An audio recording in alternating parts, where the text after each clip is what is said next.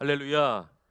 오늘도 하나님의 말씀의 권세와 능력이 여러분 가운데 가득하기를 예수님의 이름으로 축복합니다.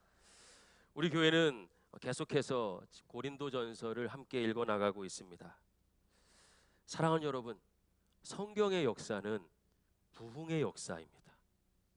그리고 그 부흥의 현장은 언제나 하나됨의 자리였어요.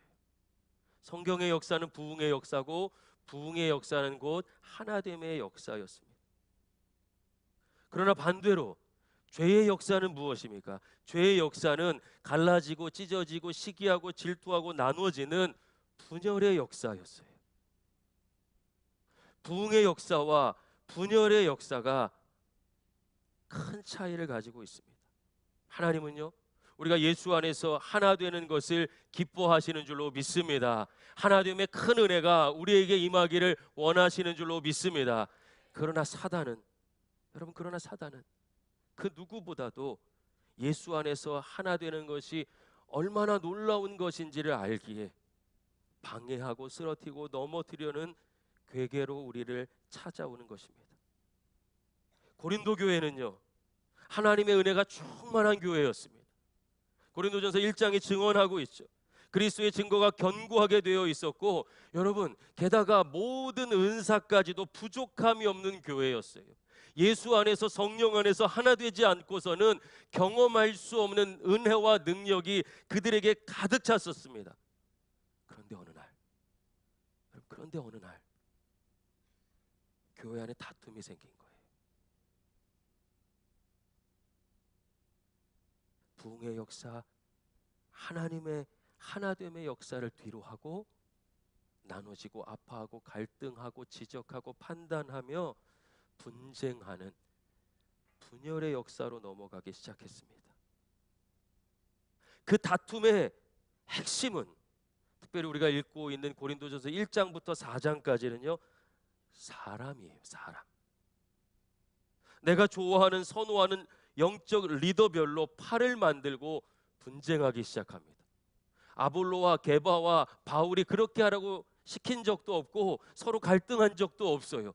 내가 좋아하는 사람 따라서 내가 당을 만들고 서로를 지적하고 판단하며 나눠진 것입니다. 사랑하는 여러분, 고린도전서 3장은요, 오늘 4장이지만 바로 앞에 있는 3장은 이 고린도 교회 분열의 핵심적인 이유였던 사람의 문제의 본질이 무엇인지 가르쳐 줍니다. 바울, 아볼로, 게바, 너희가 좋아하는 그 영적 지도자들 때문에 분쟁이 일어나고 분열이 일어나는데 그들은 도대체 어떤 사람인가? 이 질문에 대한 대답이 고린도전서 3장이에요. 3장 5절 말씀을 보면 그들을 사도 바울은 사역자라고 부르죠. 자신을 포함해서 이 리더들을, 영적인 지도자들을 사역자라고 표현합니다. 사역자는요, 위대한 사람, 권위 있는 사람, 능력 있는 사람, 존경받는 사람을 뜻하는 단어가 아니에요. 헬라어로 디아코노스라는 단어는 하인이 주인의 식탁에서 시중 들고 있는 것을 말합니다. 그 하인을 뜻하는 거예요. 그 종입니다. 이게 오늘날 집사라는 직분의 어원이 되는 거예요. 오늘날 모든 사역자들이라는 그 사역자, 직분자들의 의미를 담고 있는 것, 종이에요. 하인. 고린도전서의 3장에서 또 이야기하죠. 바울은 씨를 뿌리고 하인 바울은 씨를 뿌리고 하인 아볼로는 물을 주었을 때, 여러분, 오직 자라게 하시는 분은 누구십니까? 하나님이셔요. 이 일은 누구에게나 시킬 수 있는 거예요. 누구도 씨 뿌리고 누구도 물 줄 수 있어요. 그러나 변하지 않는 것, 능력, 오직 하나님께만 있는 것이죠. 자라게 하시는 분은 하나님이신 줄로 믿습니다. 그런데 이런 사역자들로 인해서 내가 누구에게 속했다고 교만해지는 것, 이게 얼마나 허망한 일이냐, 이게 얼마나 성경으로부터 벗어나 있는 얘기냐. 그러니 고린도전서 3장 21절 말씀을 보면 사람을 자랑하지 말라고 하는 거예요. 여러분, 당시 고린도라는 지역은 헬라 문화권에 있었기 때문에 유명한 철학자들, 특강 강사들이 순회하면서 강의하고 다녔다고 말씀드렸어요. 그 유명한 사람들, 여러분 대단한 철학자 밑에 문화로 들어가면 집안의 자랑이죠. 그런 논리로 교회를 바라본 거예요. 나는 바울 밑에 있으니까 대단한 사람이야. 자기를 자랑하고 교만해지기 시작합니다. 근데 성경은 다르게 얘기하고 있어요. 누구든지 사람을 자랑하지 말아라. 너희가 그들에게 속한 것이 아니라 아볼로, 게바, 바울 이런 영적 지도자들이 너희를 위해 존재하는 것이고 너희에게 속한 것이고 너희는 그리스도에게 속한 것이다 말씀하고 계셔요. 무슨 뜻이에요? 모든 리더들이 다 성도들을 세우기 위해서 존재하는 사람들인데 왜 그들로 인해서 갈등하고 그들에게 속했다고 자랑하고 있느냐? 성경이 말한 것과 정반대의 길을 갔던 이들이 고린도 교회예요. 그리고 오늘 4장 1절 말씀으로 이어지죠. 4장 1절 말씀 같이 볼까요? 함께 읽겠습니다. 시작. 사람이 마땅히 우리를 그리스도의 일꾼이요 하나님의 비밀을 맡은 자로 여길지어다. 아멘. 여러분 이 말씀은 때로는 목회자들이 저 같은 목회자들이 교만해져서 내가 얼마나 권위 있는 사람인지를 증거하는 근거의 말씀으로 사용하기도 합니다. 4장 1절 중반에서 후반부까지 보면 하나님의 비밀을 맡은 자로 여길지어다. 제가 한번 해볼게요. 저를 하나님의 비밀을 맡은 자로 여길지어다. 뭔가 좀 하나님의 비밀하니까 근사해 보이잖아요. 근데 성경은요 이렇게 한 구절만 떼어서 이해하는 것이 아니에요. 사실 4장 1절에는 한글 개역 개정 성경에는 들어있지 않은데 다른 번역과 헬라어 성경에는 맨 앞에 이와 같이라는 단어가 들어있습니다. 이와 같이 사람이 마땅히 우리를 그리스도의 일꾼이요 하나님의 비밀을 맡은 자로 여길지어다 이렇게 되는 거예요. 이와 같이는 뭡니까? 3절의 내용에 이어서 4절로 연결되는 거예요. 3절에서 그리스도의 일꾼은 하인이요 종이요 심부름꾼이요 성도들을 세우는 사람이고 성도가 그들에게 속한 것이 아니라 그들이 성도에게 속했다고 이야기한 모든 것을 받아서 다시 4장 1절을 이야기하는 거예요. 제가 이거를 저의 스타일로 다시 풀어서 읽어보면 이렇습니다. 이런 흐름 속에서 4장 1절은요 이와 같이 우리는 높은 사람이 아닙니다. 우리를 과대평가하지 마십시오. 우리를 부풀려서 대단한 사람으로 생각하고 따르지 마십시오. 우리는 오히려 그리스도의 일꾼입니다. 바울, 아볼로, 베드로 같은 사역자들은 교회의 주인이나 권위자가 아니라 심부름꾼입니다 라고 말하는 거예요. 그리고 이어져서 2절 말씀에 여러분 같이 읽어볼까요? 시작. 그리고 맡은 자들에게 구할 것은 충성이니라. 여러분 이렇게 심부름꾼들이 맡은 자죠. 관리인이 맡은 자죠. 사역자들이 맡은 자예요. 맡은 자는 자기의 독자적인 생각과 권위를 가지고 자기 일을 하는 사람이 아니죠.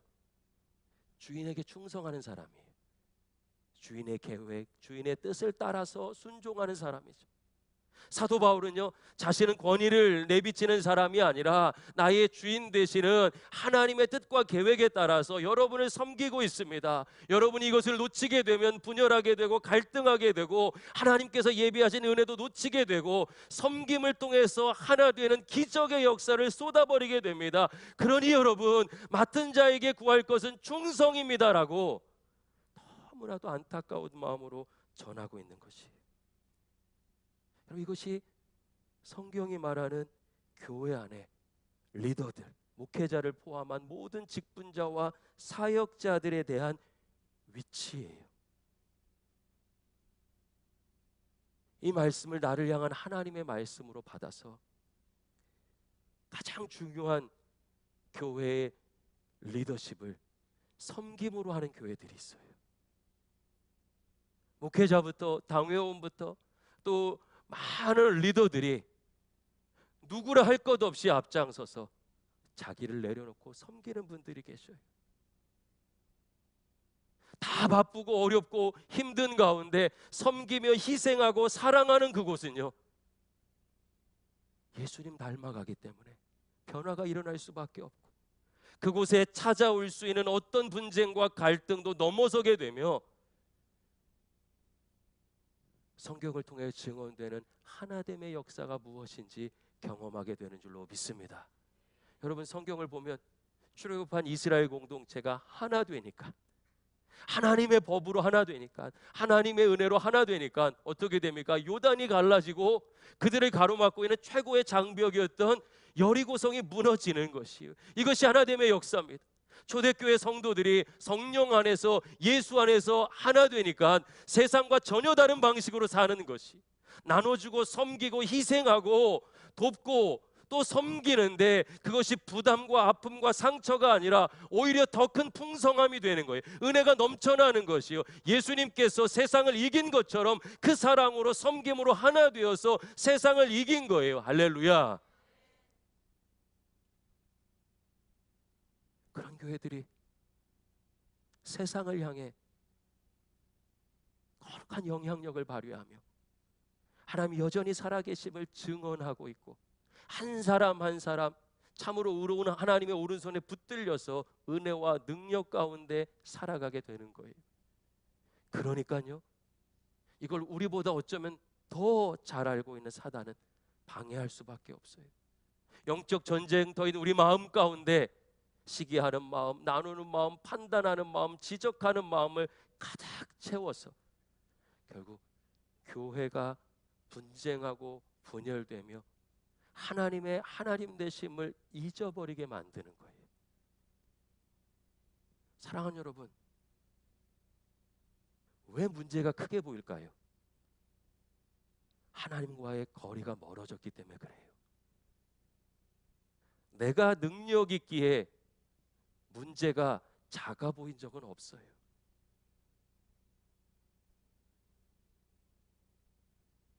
예수 안에서 하나 되고 주님으로 가득 찰 때 우리는 환경과 상황을 넘어서는 하나님의 은혜의 간증자들이 될 줄로 믿습니다. 그리고 이어지는 3절에서 5절 말씀을 보면은요, 판단에 대한 이야기. 판단. 사람을 따라 갈라지고 분쟁하니까 얼마나 많은 말들이 있었겠습니까? 바울은요, 전해지는 이야기에 따르면 머리도 좀 벗겨졌대요. 그리고 키도 작고 볼품 없었대요. 사도 바울이 고린도 교회를 개척했는데 사도 바울 다음에 온 사역자가 아볼로인데, 여러분, 아볼로는 꽃미남이었나 봐요. 바울과 너무 비교가 되니까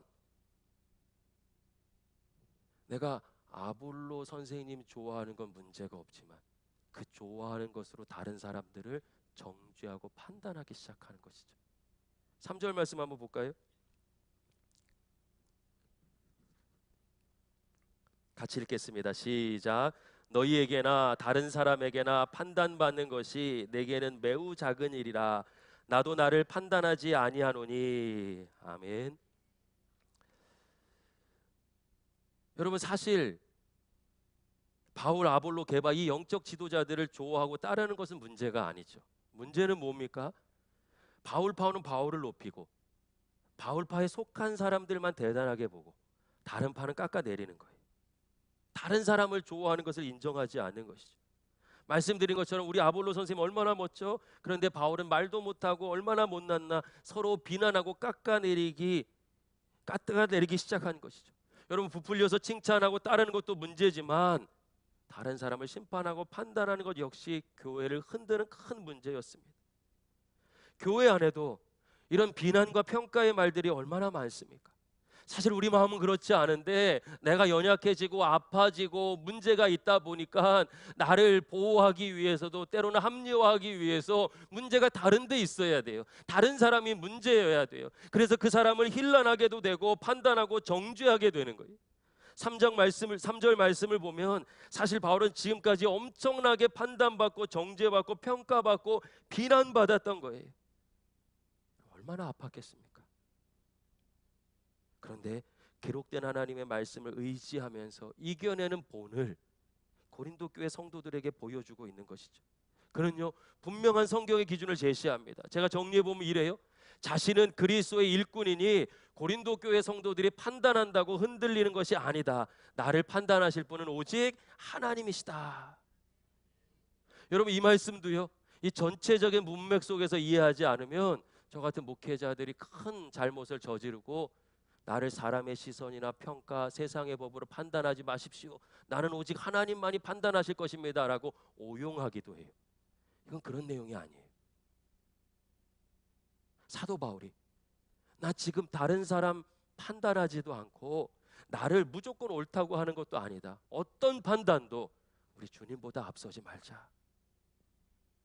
판단하는 사람들에겐 조심하라는 것이고, 판단받아서 상처받는 이들에게는 하나님께서 마지막에 우리의 억울함과 상처를 알아주시고 풀어주실 것이니 사람의 말에 넘어지지 말자 도전하는 것이에요.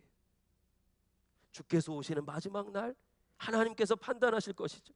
여러분, 사람은 속여도 하나님은 속일 수 없어요. 그렇기 때문에 우리 마음에 어떤 문제, 판단과 비난이 올지라도 이 하나님을 신뢰하게 되면 넉넉히 이기게 되는 줄로 믿습니다. 사도 바울은요, 하나님의 평가가 제일 중요했던 거예요. 여러분, 하나님은 우리를 향해서 뭐라고 말씀하고 계십니까? 너는 내 것이다, 너는 내 작품이다, 너는 내 걸작품이다, 명작이다 말씀하시고, 결코 버리지도 떠나지도 또 아파하지도 않게 우리를 지키시겠다고 약속해 주시고 계시는 줄로 믿습니다. 이것이 믿어지게 되면, 사랑하는 여러분, 우리가 부족하지만 이것이 믿어지게 되면 그 사람들의 얘기를 넘어서게 되는 거예요. 왜 말씀이 중요합니까? 세상의 가치로 살아가는 사람이 아니라 우리는 성경의 가치, 성경의 기준으로 살아가고 있죠. 연약해서 또 넘어질 수 있어요. 하나님 아시기 때문에 말씀하시는 것이요, 그리고 위로해 주시고 도전해 주시는 거예요. 결단코 사람의 이야기가 저와 여러분을 흔들 수 없다고 말씀하시며, 이 성경의 가치가 우리의 기준이 될 때 비로소 이 아픔을 넘어서는 하나님의 사람으로 서게 될 줄로 믿습니다.